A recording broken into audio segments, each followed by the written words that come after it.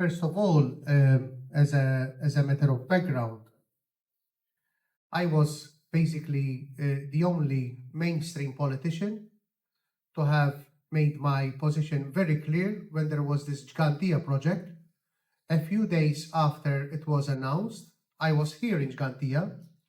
I made a little video from right on in situ, and I basically gave a piece of my mind to everyone considering this project after meeting a few residents from Shara, by the way, because first I met the residents and they were telling me, listen, here there are quite a few people who applied for basement permits which were not given permits.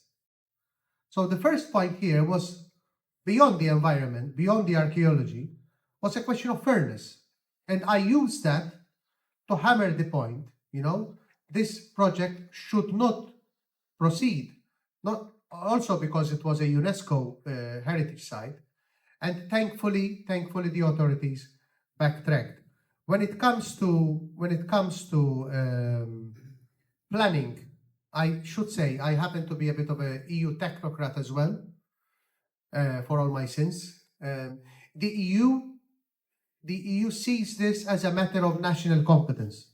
So if I am elected MEP, of course I will contribute to this fight, but don't expect the EU actually to make the big difference. What we can do is, I will bring my political bearing to these issues, but not necessarily through EU measures, but through political pressure here in Malta. A second point, which is, I think, very interesting to note, and I think this is something we should really push here in Malta, is that when it comes to planning policies, building a 7-story block of flats and restoring a beautiful converted place or townhouse, or an old building, basically you are paying more or less the same price for the planning permits. So this is really idiotic, that basically policy is promoting the destruction of our heritage.